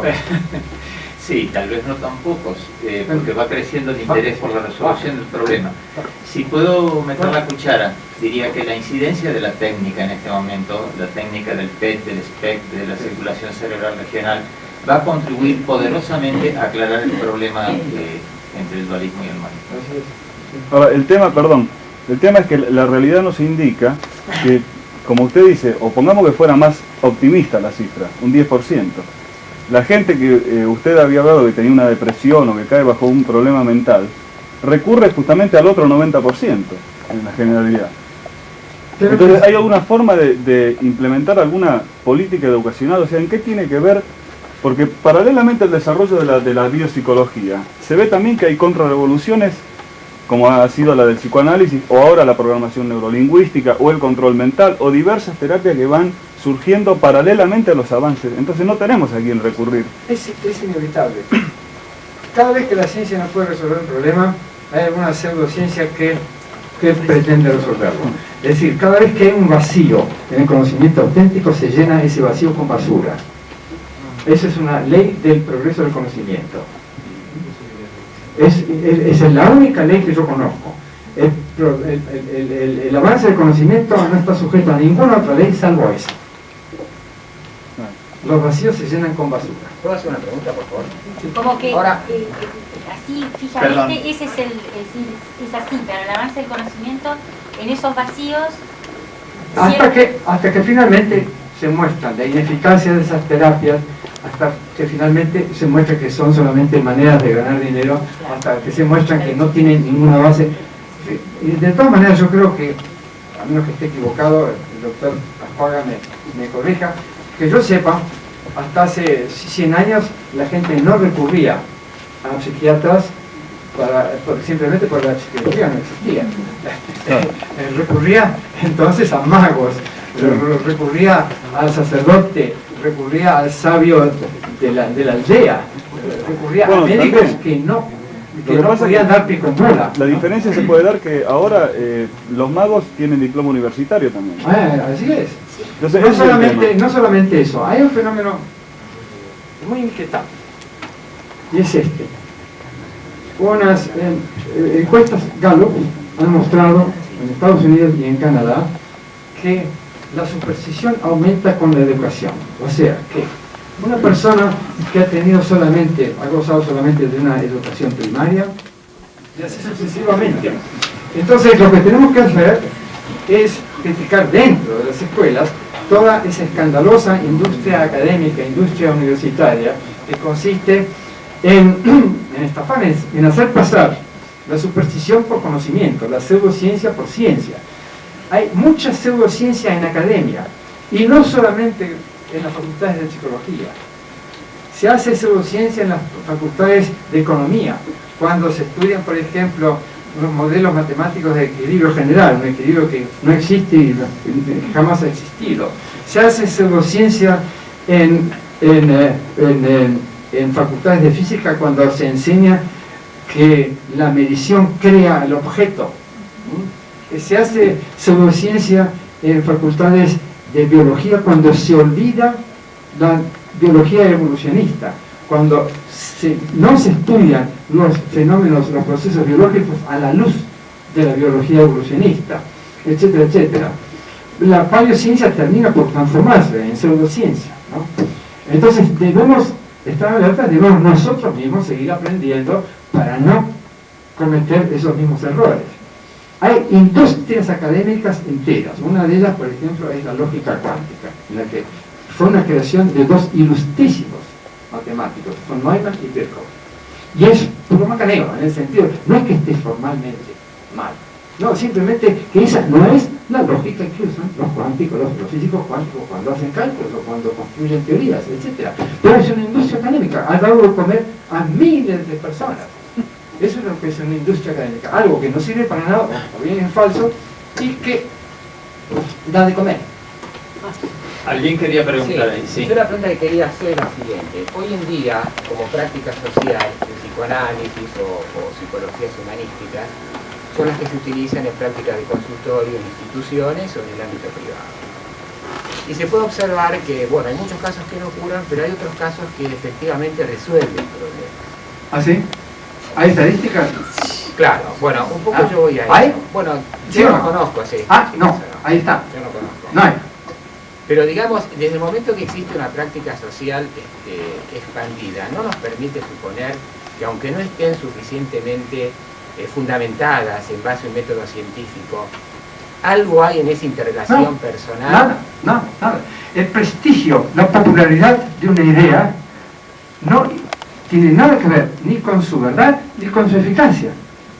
Fíjese usted, el prestigio, la popularidad de ciertas ideologías políticas, ¿qué tiene que ver eso con su verdad o con su eficacia?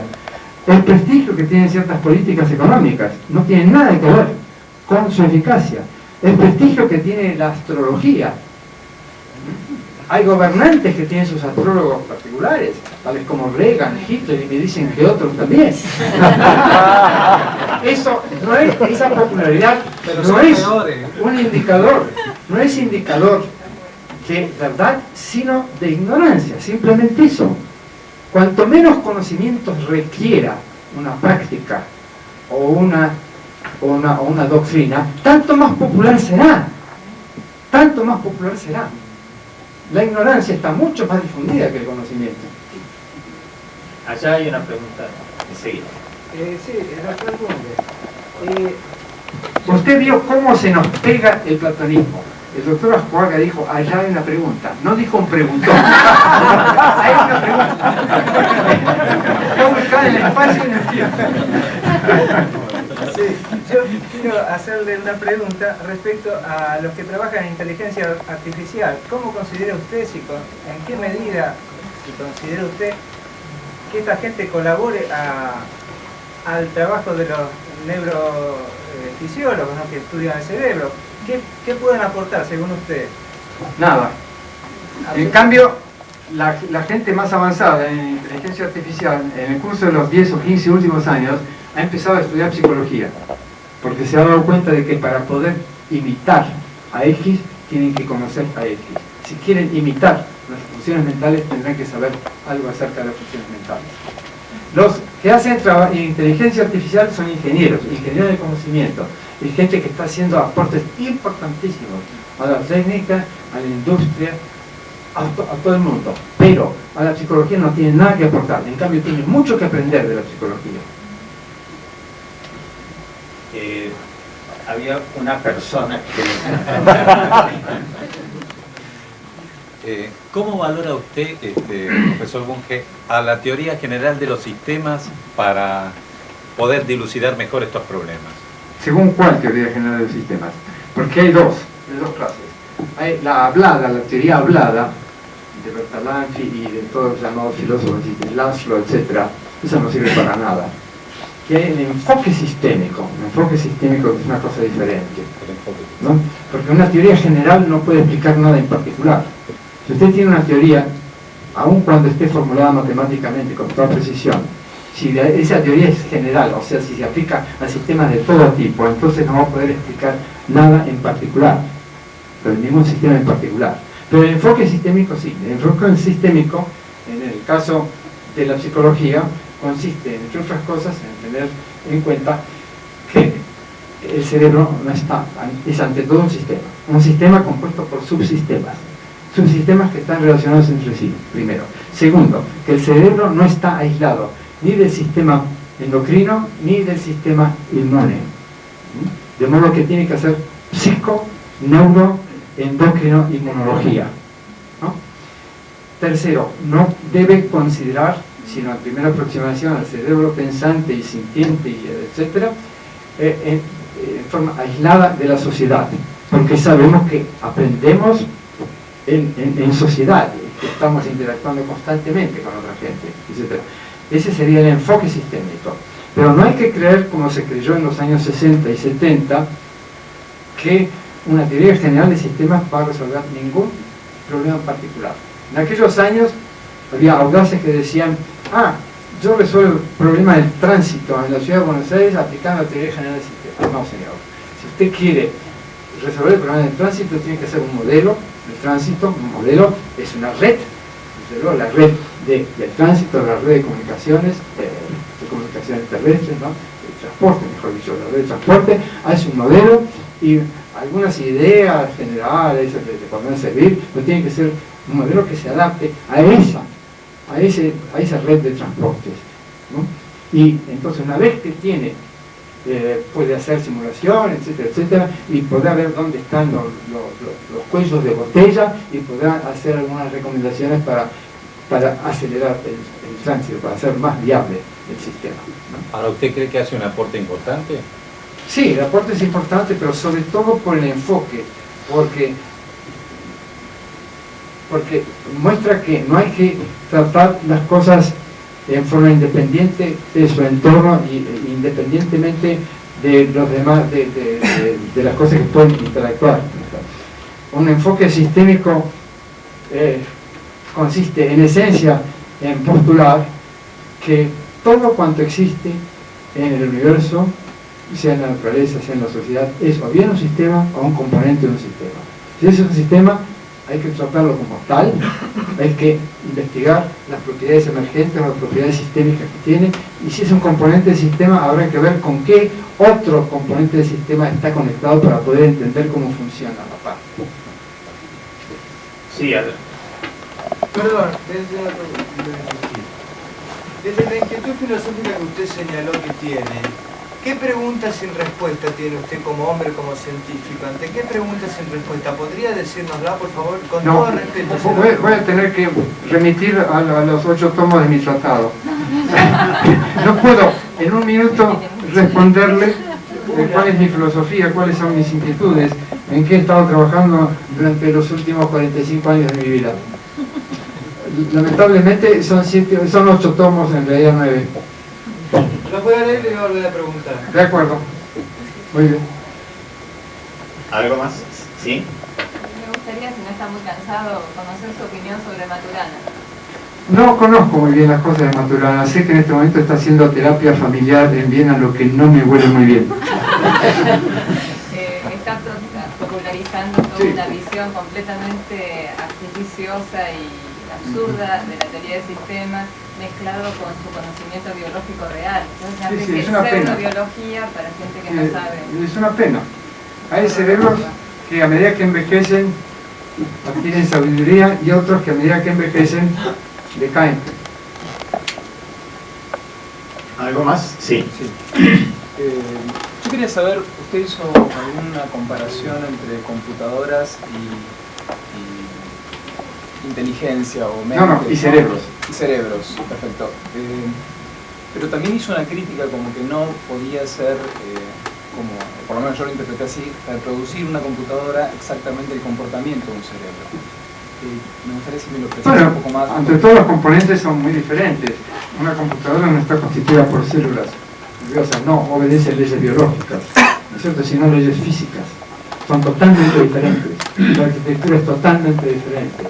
Los que hacen ordenadores no imitan el cerebro, no tratan de reproducir, de imitar la arquitectura de un cerebro, tratan de imitar algunas funciones. Solo logran imitar aquellas que obedecen a algoritmos, o sea, a reglas para el cálculo explícito de ciertas funciones. Nosotros, pero las computadoras no inventan los algoritmos. Quienes inventan los algoritmos son seres de carne y hueso. Yo me acuerdo en un congreso internacional de lógica y filosofía de la ciencia de Stanford, 1961, estaba el famoso matemático y experto en computadoras Stanislas Lem, que era una leyenda viviente. Entonces hizo un gran elogio. En aquella época todavía hacía falta elogiar las computadoras, ¿no? 1961. Entonces cuando terminó, después de los aplausos, me levanto, un argentino que recién llegaba a los Estados Unidos, y pregunto, dígame profesor, ¿las computadoras pueden plantear problemas nuevos? Y dice que no. Nunca se había planteado la pregunta. Dice, no sé. Nunca se había preguntado. ¿Por qué? Le interesaba, adoptaba una posición positivista, digamos, le interesaban los datos y el llamado procesamiento de datos, la elaboración de datos. El problema, ¿por qué alguien buscó esos datos y qué función desempeñaban esos datos? No se lo había planteado.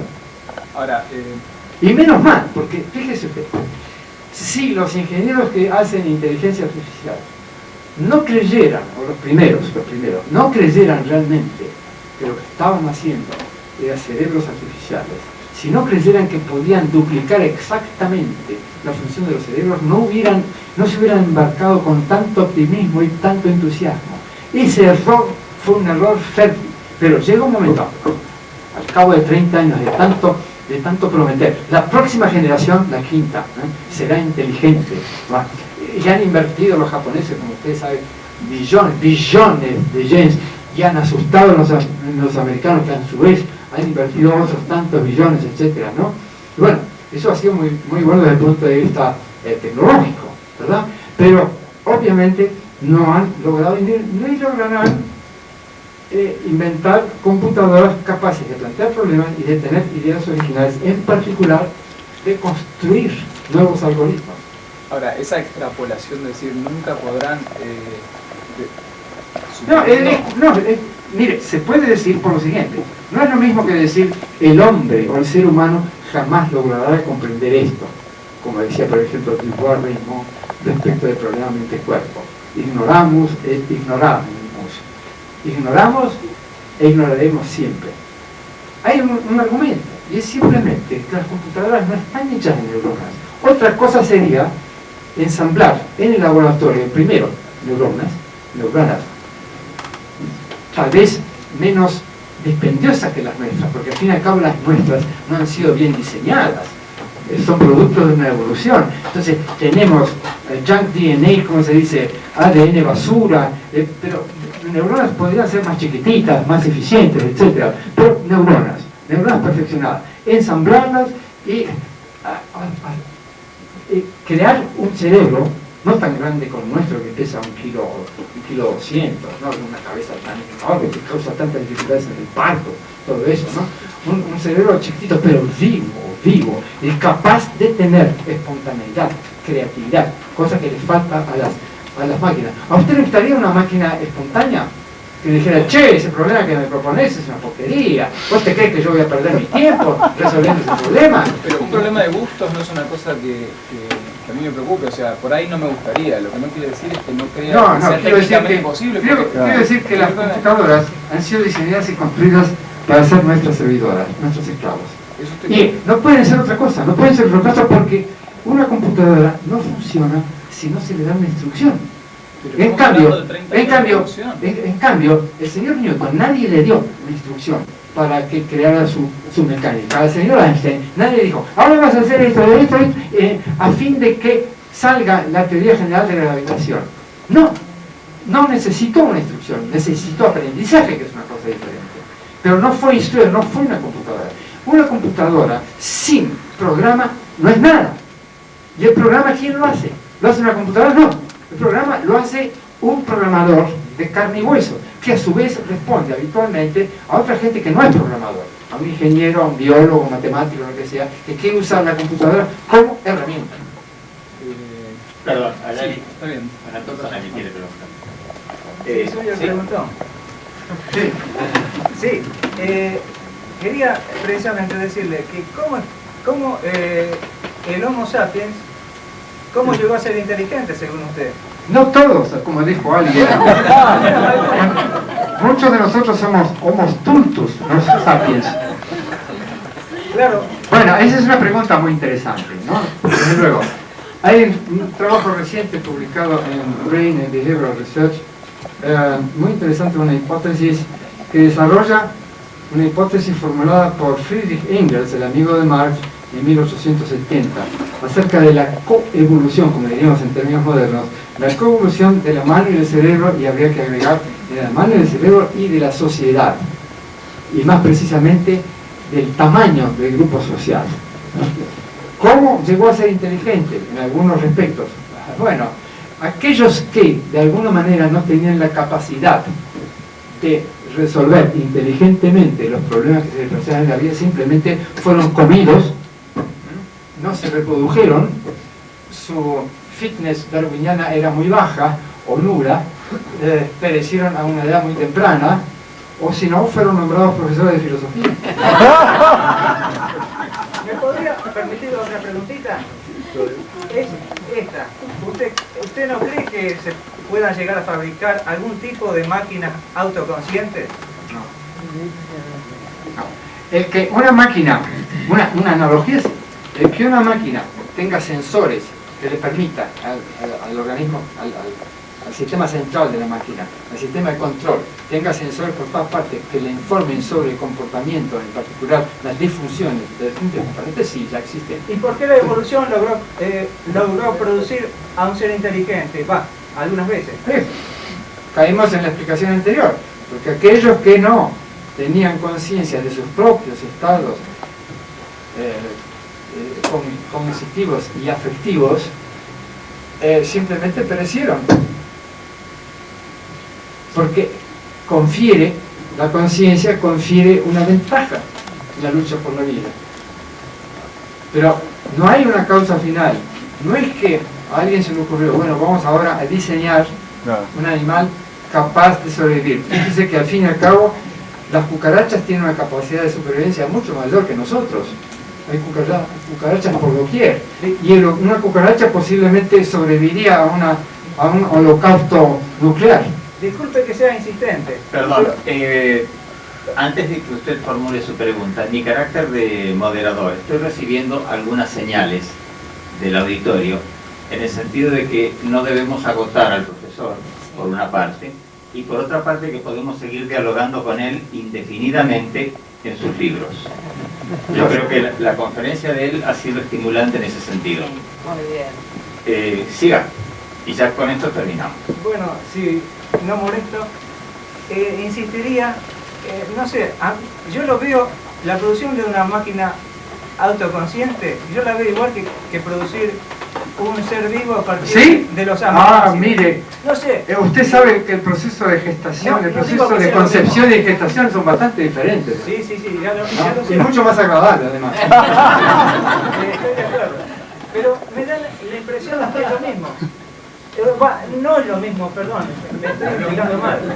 El proceso, digamos, que lo pudo hacer, actualmente no se puede hacer eso, no se ha conseguido producir a partir de aminoácidos un organismo vivo, pero teóricamente, ¿me equivoco? Yo no tengo duda de que eventualmente se sintetizará en el laboratorio una célula viva. ¿Por qué no se va a producir una máquina autoconsciente?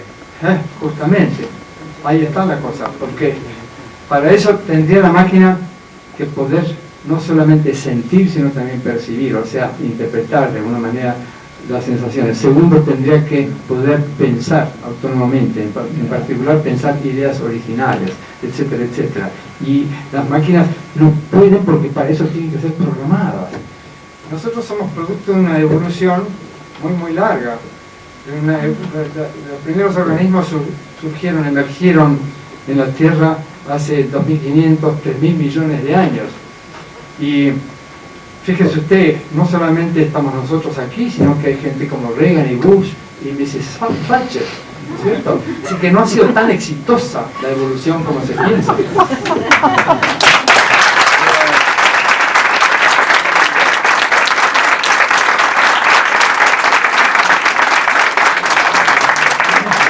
En nombre de Jair y también del auditorio, agradezco al profesor Bunge su conferencia y también la pasión que pone en mantener sus opiniones.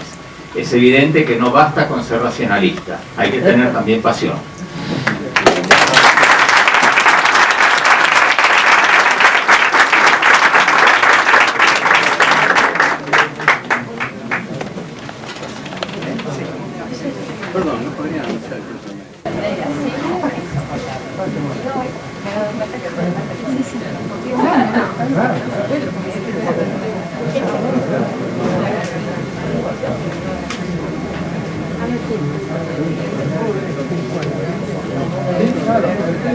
Bueno, no vengas a salir a que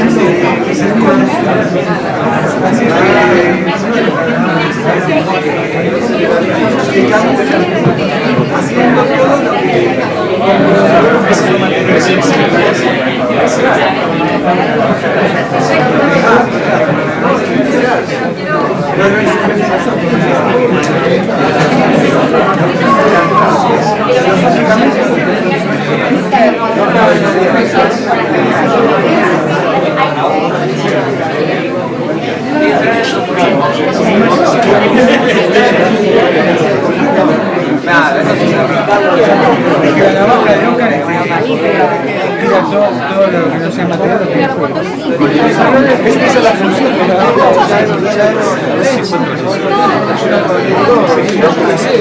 Te hace acordar la perspectiva de este trabajo que hace 14 años estaba en Barcelona para ciencia, que tenía una temática muy yo vivía allá en aquel momento, así que y aparte tengo mucho para ciencia, que te trabajaba el mismo tema y le daba con un caño a las pseudociencias. ¿No te acuerdas cómo se llama? Para ciencia. Para ciencia. Para ciencia. El director era Juan Longobuco, un psicólogo argentino.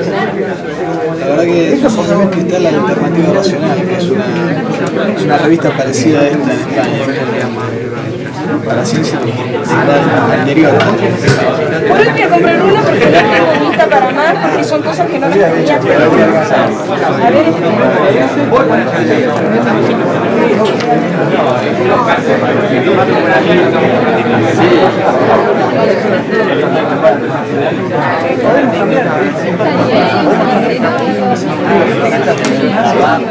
O sea, un poco interesante.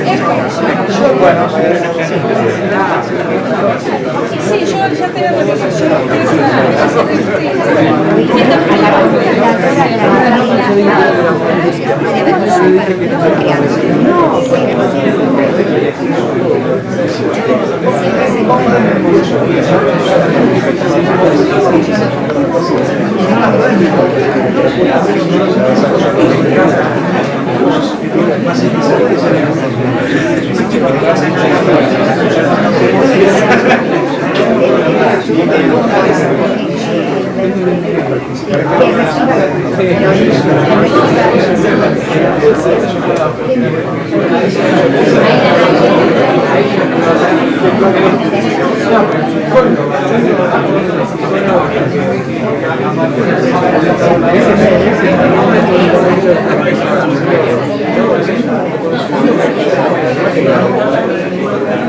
tiene la idea de lo que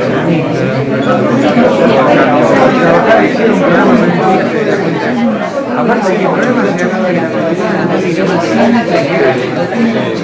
pasa que es como el mar, tan rápido, pero la simplicidad que tiene. Que lo que tiene similitudes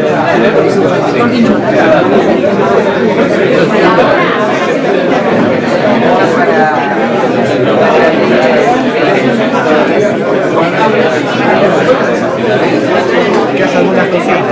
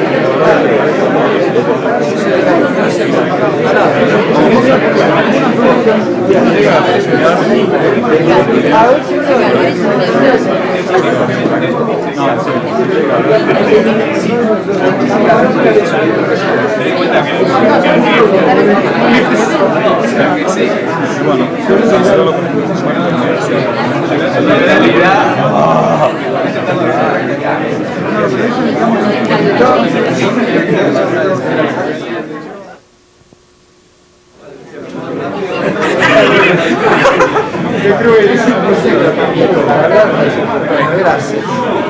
De necesitar ayuda. Vieja raza indígena, como chicana. Vieja raza. Claro, fracasable, profesión difícil.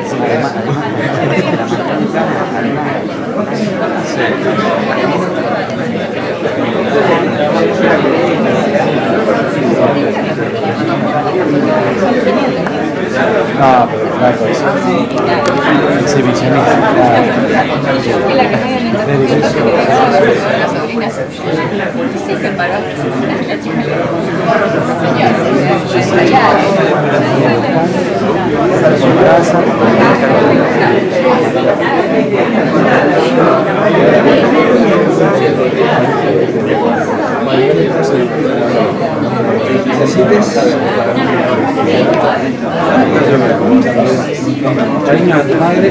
Y si necesitas algo...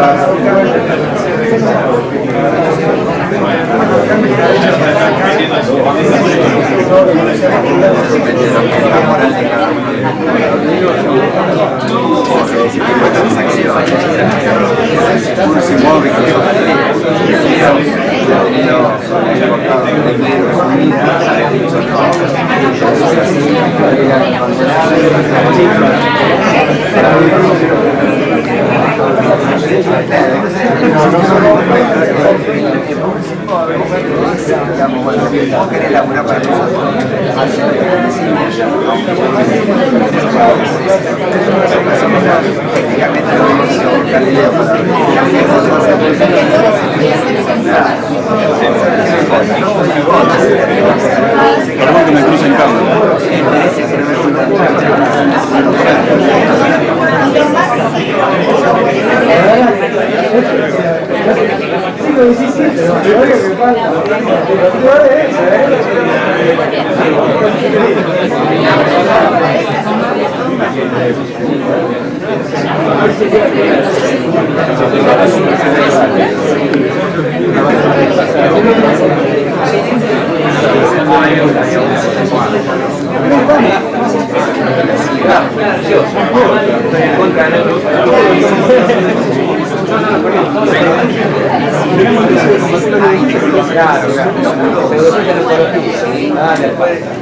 Bueno, muy bien.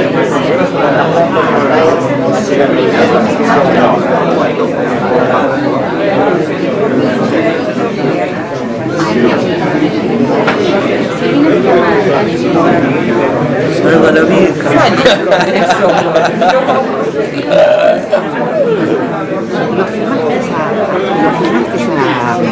a Sebrelli y Capana, por favor, aquí a la espalda exactamente, acá vamos al bar.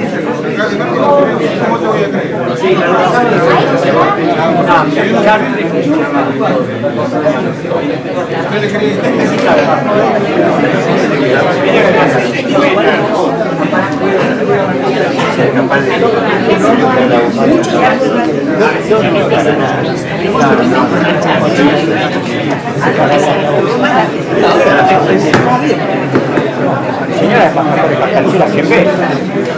Ahora, mañana. Mañana.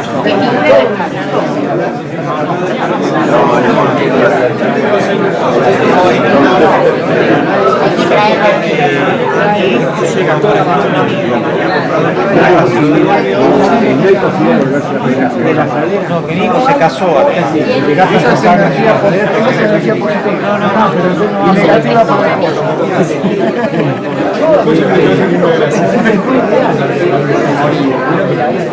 Sí, pero